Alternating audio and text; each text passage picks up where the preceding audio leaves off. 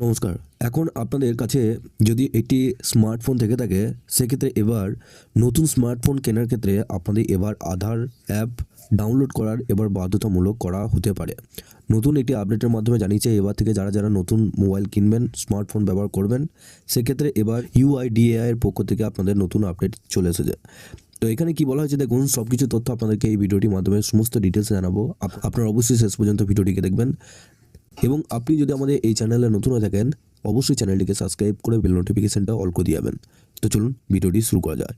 দেখুন এখানে কি বলা হয়েছে, স্মার্টফোন বাধ্যতামূলক আধার অ্যাপ, নতুন নিয়মের পথে সরকার। ভারতে স্মার্টফোন কিনলেই কি এবার বাধ্যতামূলকভাবে থাকবে আধার অ্যাপ?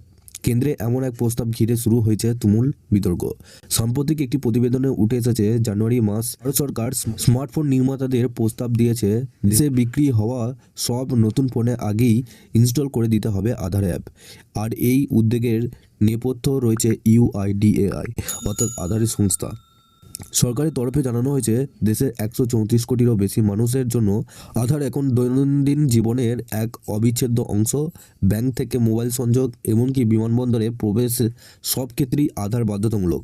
তাই নতুন ফোনে অ্যাপটি আগে থেকেই থাকলে সাধারণ মানুষের জন্য পরিষেবা ব্যবহার করা আরও সহজ হবে। এবছরের জানুয়ারিতেই চালু হয়েছে নতুন আধার অ্যাপ, যেখানে ব্যবহারকারীরা নিজেদের আধার তথ্য আপডেট করতে পারবেন, পরিবারের সদস্যদের প্রোফাইলে ম্যানেজ করতে পারবেন, এমনকি নিরাপত্তার জন্য বায়োমেট্রিক তথ্য লক করেও রাখতে পারবেন।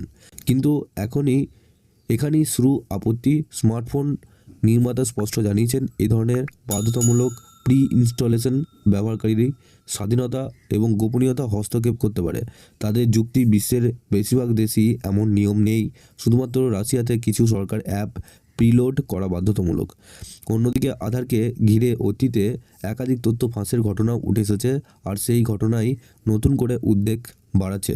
কয়েক সপ্তাহ আগেই কেন্দ্র সরকার সঞ্চার সাথী অ্যাপটি সব স্মার্টফোনে বাধ্যতামূলকভাবে প্রি ইনস্টল করার নির্দেশ দিয়েছিল। শুধু নতুন ফোন নয়, পুরনো ফোনেও সফটওয়্যার আপডেটের মাধ্যমে অ্যাপটি ঢুকিয়ে দেওয়ার পরিকল্পনা ছিল। সৃষ্টি হয় নানান বিতর্কের। ব্যবহারকারীদের সম্মতি ছাড়াই অ্যাপ ইনস্টল করার সম্ভাবনা নিয়ে তীব্র সমালোচনার মুখে পড়ে সরকার। পরে শেষ পর্যন্ত সেই নির্দেশ প্রত্যাহার করতে বাধ্য হয়। আবার এখন চর্চার বিষয় হয়ে দাঁড়িয়েছে আধার অ্যাপ।